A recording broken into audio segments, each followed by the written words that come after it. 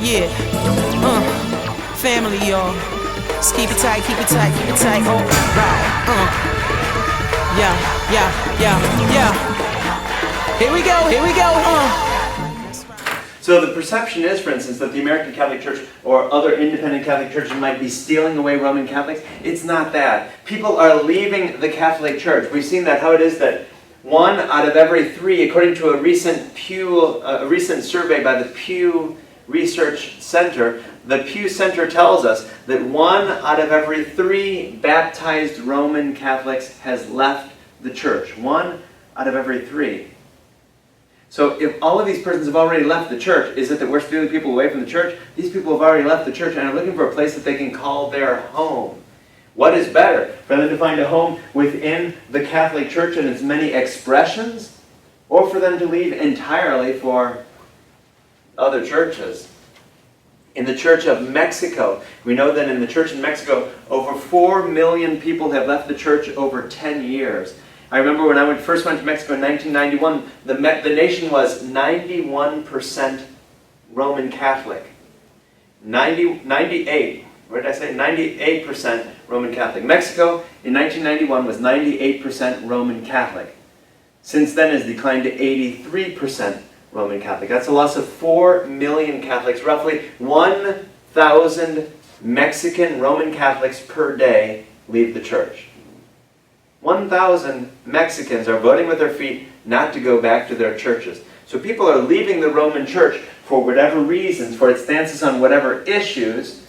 And so the American Catholic Church simply sees itself as being a welcoming and inclusive community which is willing to help minister to them and their families, who are willing to help bring them closer to God and to one another through the sacraments of the church, to provide a community for them. The story that comes to mind is that of Archbishop Patrick Flores. At Cristo Rey, we used to have the Daughters of Mary Help of Christians, the Salesian sisters who ministered there. And one of the sisters used to enjoy telling the story of Roman Catholic Archbishop Patrick Flores in San Antonio. Here he is, a Roman Catholic Archbishop. And one day, a mother came to him. She was so distraught because her son had left the Roman Catholic Church.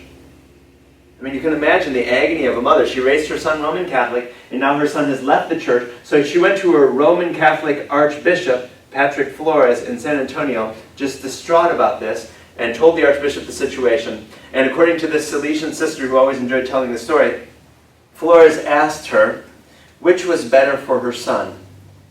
The Salesian sister summarized the story as saying, "Is it better for your son to remain Catholic by name and never live the faith? Is it better that he be a drunkard, a criminal, a drug addict? Is it better that he take advantage of others or that he abuse others? Or is it best for him to be where he is now, bringing others closer to God? God knows the heart, and that's what counts most." That Salesian sister will always have a place in my heart because she shared that story at the time when I decided to step outside of the Roman Catholic Church, and when I found the American Catholic Church. You know, there were many people who were misinterpreting that and misunderstanding that and thought that Father Jamie was in schism and or had been excommunicated and or whatever else it is that people believed at that time. This Roman Catholic nun wrote to me with Archbishop Patrick Flores' words, which I put on our parish website even today, simply because it lets people know that that Roman Catholic Archbishop, according to the story told by this sister, was saying how it was that, you know, this Roman Catholic Archbishop is saying, God knows the heart. If you are bringing others closer to God, even outside of the Roman Catholic Church, yes, Christ has sheep outside of this fold too. Christ has sheep outside of the Orthodox Catholic Church. Christ has sheep outside of the Roman Catholic Church. Christ has sheep outside of the Old Catholic Church. Christ has many sheep. So long as you are on the right path, as I'm fond of saying, there are many paths up the mountain, right? And that's why many people are leaving the Roman Catholic Church, because going up that path is no longer working for them. They're finding other paths up the mountain. The American Catholic Church is one of those paths. Independent Catholic churches provide other paths for those who no longer feel that that path provided by the Roman Church is the path on which they should be walking. It's interesting only because in the conflicts that we've had, here in Austin we've not seen it, fortunately, But in other places here in the United States, there have been various tensions that have arisen between various Roman Catholic bishops and those who are part of independent Catholic churches. So that, for instance, in previous years, the Roman Catholic Bishop of Trenton, New Jersey, lashed out at independent Catholics, labeling them as dangerous, schismatic leaders and false prophets who mislead people from the true practice of the faith under the pretense of legitimacy. Just think about those words that the Roman Catholic Bishop of Trenton at that time used of independent Catholics, that they are dangerous, schismatic leaders. Wait a minute, schismatic leaders? Does he know the history of his own church? The Roman Church, the Schism of 1054? Who are the schismatics, right? Dangerous schismatic leaders and false prophets who mislead people from the true practice of the faith, as if the true practice of the faith were confined to the Roman Church. Wow. Another instance, the Roman Catholic Bishop of San Bernardino in California.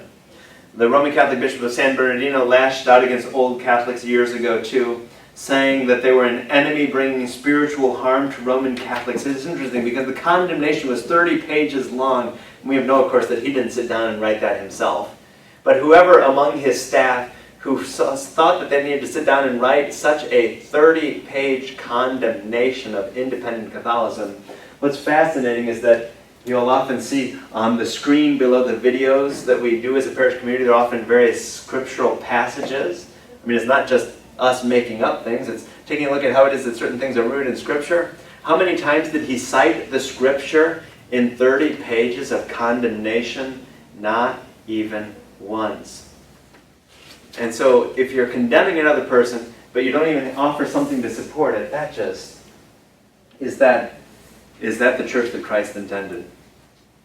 So we've got to believe that if you are a mature, responsible, intelligent adult, and if you're choosing some expression of Catholicism outside the Roman Church, whether that's as part of the Orthodox or right-believing church, whether it's part of the Old Catholic Church, whether it's part of any of the independent Catholic churches that came from the Old Catholic Church, including the American Catholic Church of the United States, if you are a mature, responsible adult, choosing that for yourself, know that the sacraments of the churches are valid sacraments, and we've got to believe that you are making the best decision that you believe you are making in that instance. You are not an evil, malicious person for being outside the Roman Catholic Church, as 1 out of every 3 baptized Roman Catholics currently finds him or herself to be.